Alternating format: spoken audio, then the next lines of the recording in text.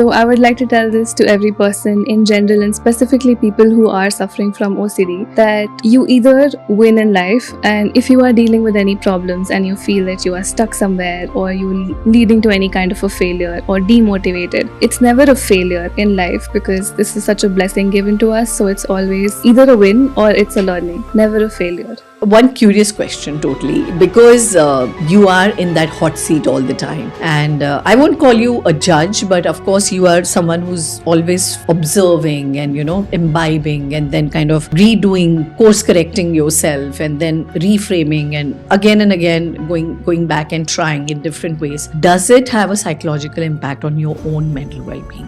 Over the time when we practice or when we read or when we study psychology, most of us develop a very important habit of compartmentalizing, just keeping our work and professional life very, very different. So if a person in my own family or a loved one for me comes and tells me a similar issue, I wouldn't really dig deep into that as much as I would do it with a client. Okay. Because I know that would maybe take a toll on me, or maybe I'll have a lot of biases towards them. I might talk to them and make them feel comforted, or maybe make them just feel hurt.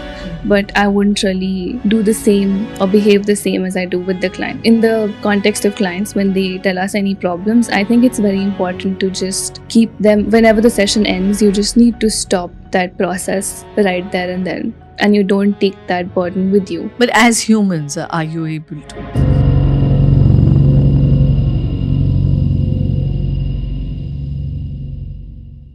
They say a wise woman is the one who wishes to be no one's enemy. And a wise woman is the one who refuses to be anyone's victim.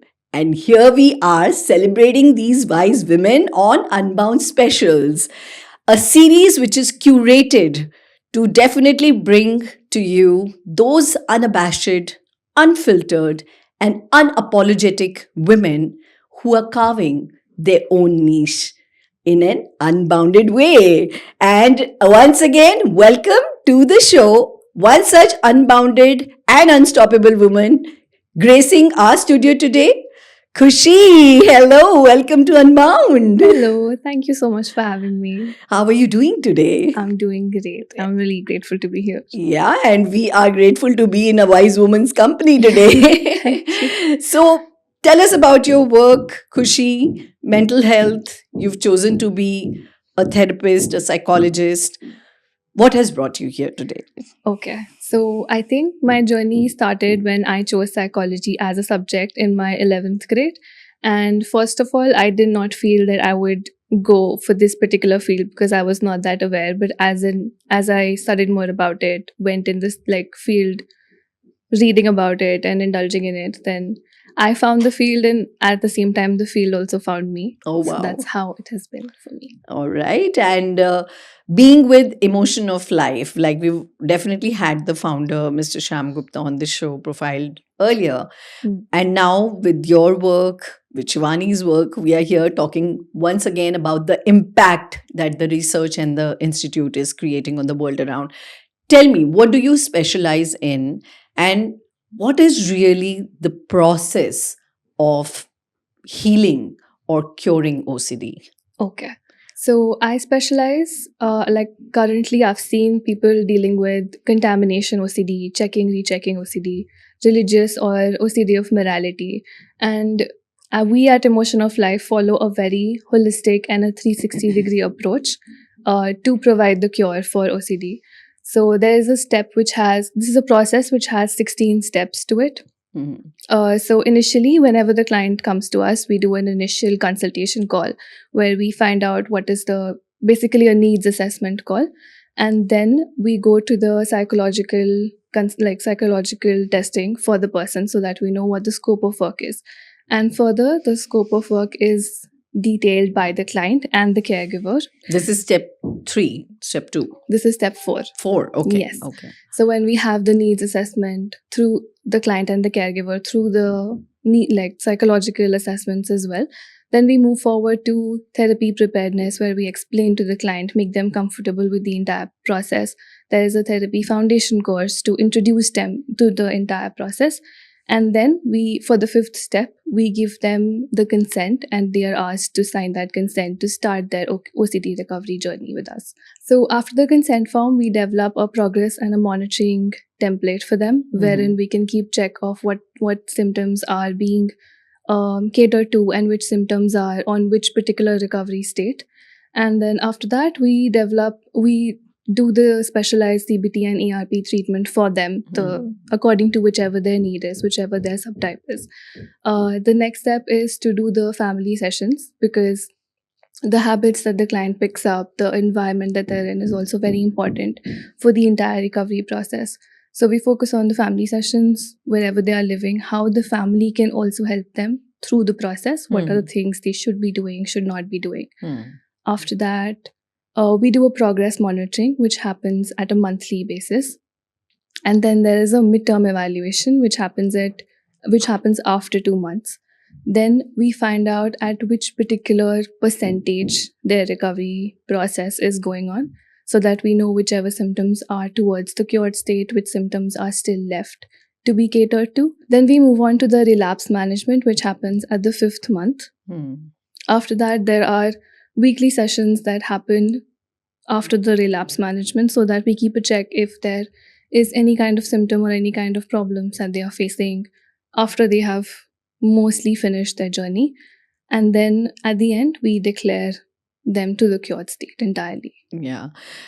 A rather perplex, procedure. Of course, you've broken it down very wonderfully. But what's the real role of a family member in a case like this? Is it important? Is it quintessential, or can it be peripheral? Like, how do you assess the role? I think the role of family members, or for that matter, whichever person they are staying with, can be their caregiver, can be any kind of a relation to them, is very important, because we can look at their symptoms and cater to them during the session. But after the session, they are completely in that particular environment, and they need a person who understands whatever is going with them, with that person, and also to not indulge in behaviors that are enabling their compulsions and like helping them through it. Because although they might think it is providing them relief, but the nature of the relief is very temporary, and it actually hinders with the recovery journey, because it makes them get the instant gratification that delays their recovery. Yeah. So tell me one thing, Khushii. Very well said, and it just brings me to a reflection that, often when you see your own loved ones being troubled or in any trauma or pain, or compulsive disorders or behavioral issues, all that you want to bring them is an instant relief. All that you want to bring them is an assurance, which may go against sometimes or in conflict with the therapy. Does it happen often that the primary caregiver or the people who are in the environment, do you need to counsel and psychological treat them as well in the process somewhere? Yes. I think that is the case in majority of people, because especially in kids, if we look at it, if their kid is throwing a tantrum or they want to do something to, temporarily get relief. Yes, pacify. And let's say the kid wants to do a particular action as part of their compulsion, and they would say that they would need their mother's help. Yeah. It's very difficult for a mother to say no and drop that instinct. But I feel at the same time, mothers eventually do understand, after we psychoeducate them and after they get an insight themselves, that for now, if they stop, it will be better for a longer run for their kid. And it really has no point that if you give in for those particular needs at the moment, because it's very temporary. So yes, we do have to counsel them and tell them what the consequences can be. So has this triggered any story, idea or thought in you? Or do you have a story to tell yourself? Then reach out to me at Unbound with Mamta. Write to me at unboundwithmamtaa@gmail.com या फिर किसी भी हमारे episode, story, reel या shorts को like, share और subscribe करें. Keep watching Unbound with Mamta. So in a way, what you're saying and how I'm listening to it is that we are enabling each other's growth and we are also disabling each other's growth. Yes, that is true. I Yeah. think the insight needs to be there in any kind of caregiver, or even if you are staying with your husband or your partner or your parents, anybody, you need to know where to draw the line, which thing would be a very temporary like relief for the person or a very temporary positive thing, and which thing would be actually good for them. So do you then believe that everybody should be, like you said, psychoeducated? I think so. In majority of cases, people do need to go through the particular Education part of it. education part of it and to know where to draw the line, basically, and to know the longer run consequences. And what are some of the common family patterns that you think which enables this trouble in a person's whatever pattern behavior, that they become a huge enabler? Is it about validating? What kind of things really come in the way, which may, as a therapist for you, will be a very big challenge to pluck out?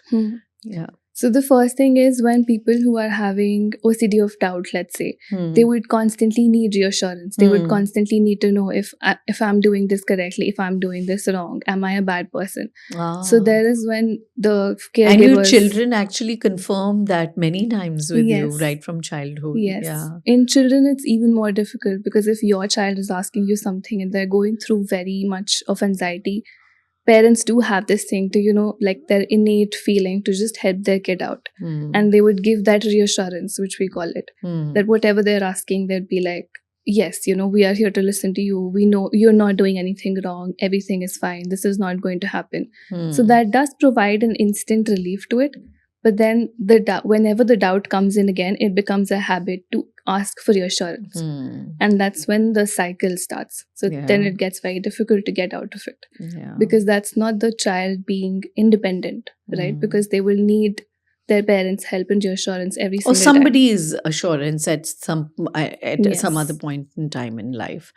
All right. So are these parameters, like the way that you took us through the 16-step process, are these parameters internationally benchmarked, or is it specific to the OCD Research Institute? Is there an industry parallel? How do you go about measuring, the growth, the success of a certain patient or a case? Yeah. So in general, like at a lot of places, and however the psychological assessments are designed, it is a very generic process. But I feel at Emotion of Life, Sham sir and Pratibha ma'am, they have catered and to specific needs of people, and they have come up with this 16-step process for the recovery state. Because many people do believe, and they do say this, that OCD cannot be cured entirely. And they go by that belief completely, that only the symptoms can be managed. So here at Emotion of Life, we have devised this particular, in a very structured form, a recovery program, which consists of 16 steps. It is a modified version of what generically is being followed, we can say. Okay. And what about the relapse cases then? If we say that this is 100% curable, then we do have evidences, and researchers and findings do say that people go back to their old patterns, habits, or behaviors. Sometimes they get triggered by some instance environmentally, or some incident that might happen again in their life. So what do you have to say about that? So that's why the 10 steps are basically for the initial recovery, like the initial when you work through the problems. But for our particular process, the rest of the 6 steps are designed in a way that relapse management can be done. So when people do go back to certain stages and they do pick up their old habits, we are still there to help them out through it. Because if they can do it once, definitely they can achieve it later on as well. And that is very important part of the entire journey. And like you mention it now, so it's very integral part of the journey, because it's very easy to go back to the old patterns. As humans, we are definitely capable of so much more than what lies on the surface sometimes. And they say that at the bodily level, we are recovering and healing and kind of repairing every day with sound sleep and, with good eating and good lifestyle, etc. Mentally, emotionally, also, is there a self-healing mechanism that we have? Yes. So we do follow this particular OCD recovery success mantra. Okay. So these are like, we have a lot of the success mantras, but we tell them to the clients, they can use it. We help them through it during the sessions as well, but they can also utilize it for themselves. And when they remind them of those particular things, it will help them to like heal Give by us some themselves. examples if you have Yes. any. Yeah. So I will mention some of them. Yeah. So the first one is that mind is like a garden. This is one analogy that we use, that we tell them that mind is like a garden, in a way that whichever seeds, whichever thing you would put in a garden, only those things would grow. Similarly, whichever kind of input you're going to give to your mind, if you put in positivity, hopeful feelings, and maybe solution focused thinking, that is what it's going to give you back. Those are the kind of things your mind is going to give you back. Right. And if you put in negativity, doubt, like low self-esteem, let's say, that is what the mind is going to give you. So basically, to focus on all the positive things and things that can actually help you go through OCD, that can help. And the next one is that mostly people with OCD deal with not being normal, or like not being able to go back to normality. So that is the second one, that normality is the goal for people who are suffering with OCD. But then, although they also know it, so how do we give them a nudge to go there? So the thing is that they have to, if we look at it very simply, normality is something that most of the people around us are doing or following, or the way they are living their lives. So what people can do is compare whatever actions they are doing, however they are thinking, and is it the same as people who are doing it around them? And then whichever thing they are doing, is it beneficial to them? Like, let's say I'm studying more and my friend is studying less. But is it beneficial to me? Yes, it is. So I'll keep on doing it. But let's say I am drinking alcohol and my friend is not drinking alcohol. But then is it beneficial to me? It's not. So maybe I should not, or maybe I should find my way through it. Yeah. So drawing those comparison and setting a standard or a benchmark and constantly evaluating yourself against it. Yes. What about the families? How do you orient them that they can continue to help enhance the growth of the person who's suffering in the setup? Do you give them also some markers? Do you give them some maybe indicators that please check out for this, or whenever this happens, this triggers, then please do not go back to the old pattern of your own response? So how does that happen? I think there's just one thing that we tell the family members or the caregivers, and Sham sir specifically says this to everybody, that you should just remain out of the process entirely. You should not give your opinions or your whatever you think is going to help the person. You should just not do it. So the goal is to make the person stronger individually and to be independent, basically, not to help them. So drawing a boundary there. Drawing completely. boundaries, yes. I think that just sums mind it your up. own business. Yes, that is actually one of the success ones. Yeah, I remember going over it somewhere. Yeah. Yes. Yeah. Okay. And how tough or easy is it for the family? It is actually not easy at all. Yes. Because they also have this innate need to protect their loved ones. Control and which is very, like, it's a good thing, but I think boundaries are very important in any kind of relationship. Even if it comes to parents or children, it's still very important to give the person space to do things themselves. Because that kind of resurrects their own confidence and self-assuredness as well. All right. Any specific case in point that comes to the mind which was very, very unique? And I'm sure each case must be very unique to the other, but which kind of really stood out for you or challenged you as a therapist? I think, yes, one particular case, and I think in general, these kind of cases do challenge us, at least me personally, wherein the person is very much problem oriented. Right. So even if you try to give the person the, hope, or to try to nudge the person to that hope, the person would still keep on repeatedly talking about the problem. So I think that's where it becomes slightly difficult, but it's not the case that it cannot be like dealt with. It just needs a little bit more of care and a little bit more of empathy and patience. I think patience is one of the key elements. Yeah. In a profession like yours, I think constant research and constant looking up on what more, how differently must be the name of the game. How do you keep yourself apprised? How do you keep upping your own standard of performance as a therapist or a counselor or a professional? Hmm. I think one point is that you keep on reading research papers, Okay. but that becomes very theoretical. I've realized now that I've started working and started dealing with cases. The one thing that really helps is when you meet new clients, right? The more that they would get our help, I think we get more help from them because Wow. we get new experiences for them. And then whenever they put in a new situation in front of us, we have to use our spontaneous thinking to deal with it at that particular moment. And that's when it really helps us navigate through the problems. Yeah. One curious question, totally, because you are in that hot seat all the time. And I won't call you a judge, but of course, you are someone who's always observing and, imbibing and then kind of sort of redoing and course correcting yourself and then reframing and again going back and trying in different ways. Does it have a psychological impact on your own mental well-being? I think over the time when we practice or when we read or when we study psychology, most of us develop a very important habit of compartmentalizing, Okay. just keeping our work and professional life very, very different. So let's say if a person in my own family or a loved one for me comes and tells me a similar issue, I wouldn't really dig deep into that as much as I would do it with a client, Okay. because I know that that would maybe take a toll on me, or maybe I'll have a lot of biases towards them. I might talk to them and make them feel, or Comforted. maybe feel comforted, or maybe make them just feel hurt. Hmm. But I wouldn't really do the same or behave the same as I do with the clients. Right. And to keep in the context of clients, when they tell us any problems, I think it's very important to just keep them, whenever the session ends, you just need to stop that process right there and then, and you don't take that burden with you.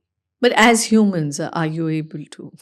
I feel like compartmentalizing is a skill that I had initially as well, and through like my learnings I have developed it even more. So if I am very much upset, let's say, hearing something that the client said to me and the session ended, I would just leave it right there. And then I would maybe think about it when I have to, but not bring it back to my personal space. All right. So the art of disconnection is what you have really aced. Yes, I think so. All right. I think with that, you truly have come totally unfiltered and unbounded here. And we would love to have you host you many more times, hear from you different kind of cases, because I think these discussions are important to be had. It's high time that we came out of our zones and expanded our horizons of learning, understanding, reaching out to other human. And if I were to just call it a wrap and ask you to give a note of inspiration or give out some quote of the day, what's your first thought to the world out there? Please. Okay, so I would like to tell this to every person in general, and specifically people who are suffering from OCD, that you either win in life, and if you are dealing with any problems and you feel that you are stuck somewhere or you're leading to any kind of a failure or demotivated, it's never a failure in life, because this is such a blessing given to us. So it's always either a win or it's a learning, never a failure. I think that's what I would like to On say. that positive note, we call it a wrap for the day, but we definitely do look forward to having many more unbounding sessions with you, Khushii. Yes, I would love to come back. With that note, I think what's very important that I take away today is that there is a lot more which is out there. There's a lot more that human who is just right across you is wanting to say, to express, to be felt, to be heard, to be understood. Do not draw your boundaries in understanding, but do draw your boundaries in controlling someone. Stay unbounded and stay unabashed and keep coming back to the show. Let's keep unbounding together.